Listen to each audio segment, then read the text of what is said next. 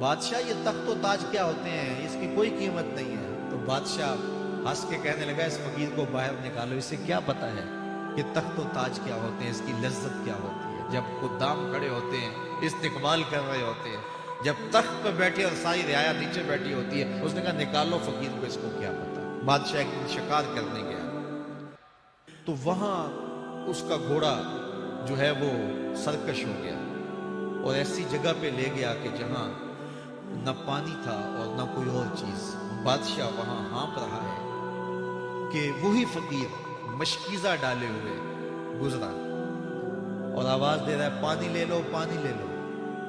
بادشاہ کی تو موت واقع ہونے والی تھی، آخری ہچکیاں تھی، تو اس نے آواز دی پانی۔ تو اس فقیر نے کہا کہ ہاں تمہارے پاس ہے کوئی قیمت پانی دینے کی؟ اس نے کہا میں بادشاہ ہوں اس ملک کا۔ اس نے کہا ہوتے ہوگے، مجھے غرض نہیں ہے، میں تو بیچتا ہوں پانی۔ اس نے کہا بابا میں بادشاہ ہوں، جو مانگو گے میں دوں گا، مجھے پانی دو، میں مر رہا ہوں۔ اس فقیر نے کہا آدھی حکومت لگے گی۔ اس نے کہا آدھی لے لینا، مجھے پانی تو دو، کیونکہ مر گیا تو ساری جائے گی۔ اس نے پانی کا گھونٹ دیا، پیاس کی شدت تھی، جب پانی کا کٹورا اس نے منہ سے لگایا تو پانی حلق میں اٹک گیا۔ اب پھر دوبارہ مصیبت بن گئی۔ تو اس فقیر نے کہا کہ میں حکیم بھی ہوں، اگر کہو تو تمہارا علاج کر دوں۔ اس نے کہا ضرور کرو، لیکن اس نے کہا میں یوں ہی نہیں کروں گا، آدھی باقی حکومت بھی لگے گی، وہ بھی لکھ دو۔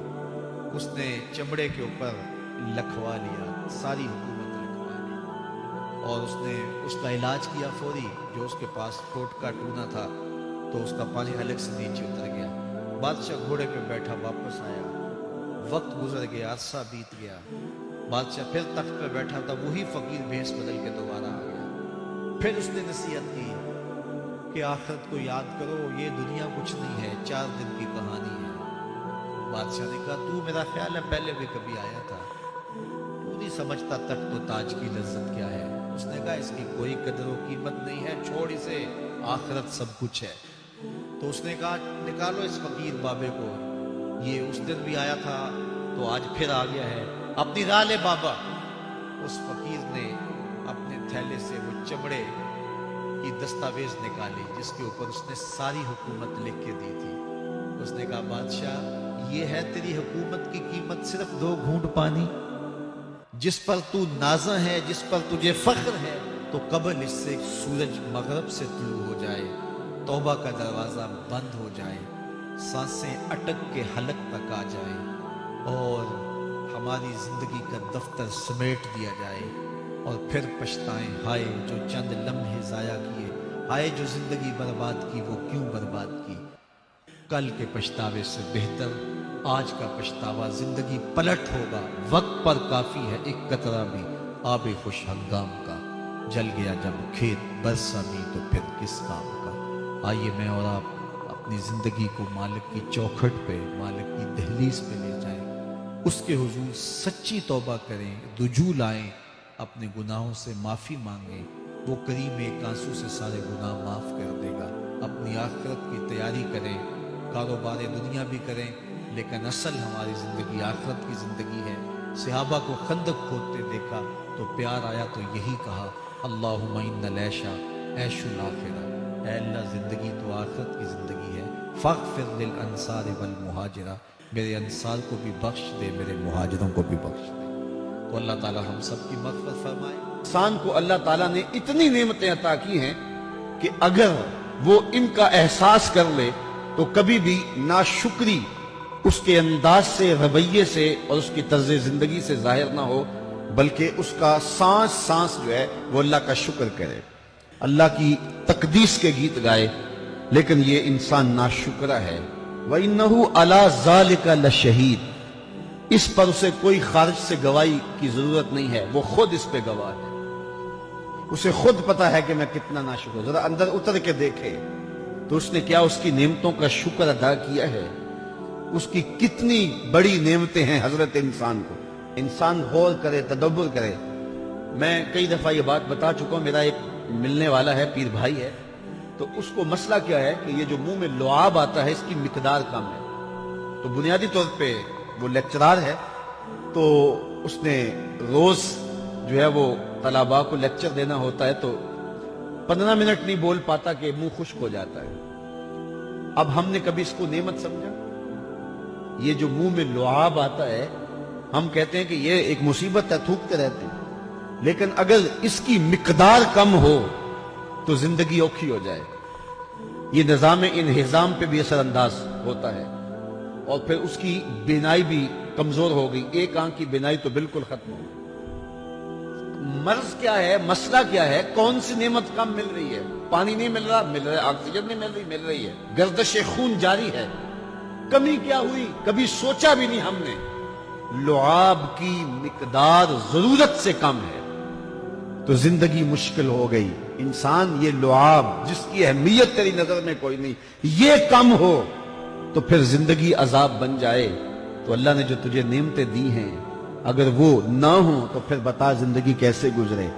تو انسان کو اتنی نعمتیں دی ہیں اللہ نے، اتنا کچھ عطا کیا ہے۔ اوناسس نامی دنیا کا امیر ترین شخص تھا، اس کی آنکھوں کے پپوٹے کام کرنا چھوڑ گئے۔ یہ آٹومیٹک سسٹم رب نے لگایا ہوا ہے، ادھر سے تنکا اڑا، ادھر آنکھ بند ہو گئی۔ اب ڈاکٹر سلوشن ٹیپ لگا کے اس کی آنکھ کھولتا تھا، اور جب سوتا تھا تو ٹیپ لگا کے بند کر دیتا تھا۔ کسی نے اس سے پوچھا کہ زندگی کی سب سے بڑی آرزو؟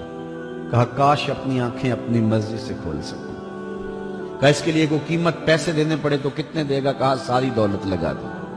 کبھی ہم نے یہ احساس ہوا؟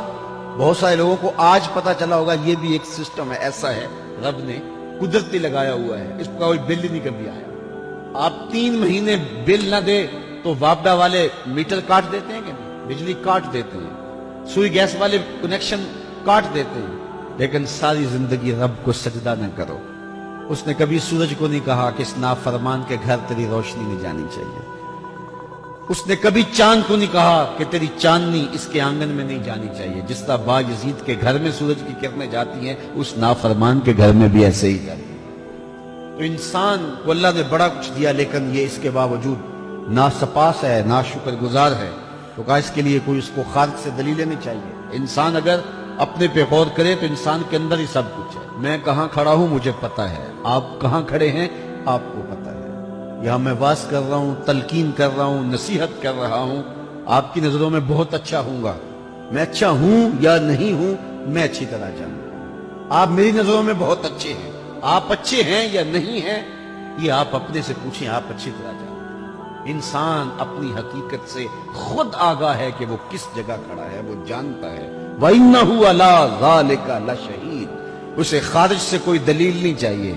آج وقت ہے اپنا رب سے جوڑ لیں۔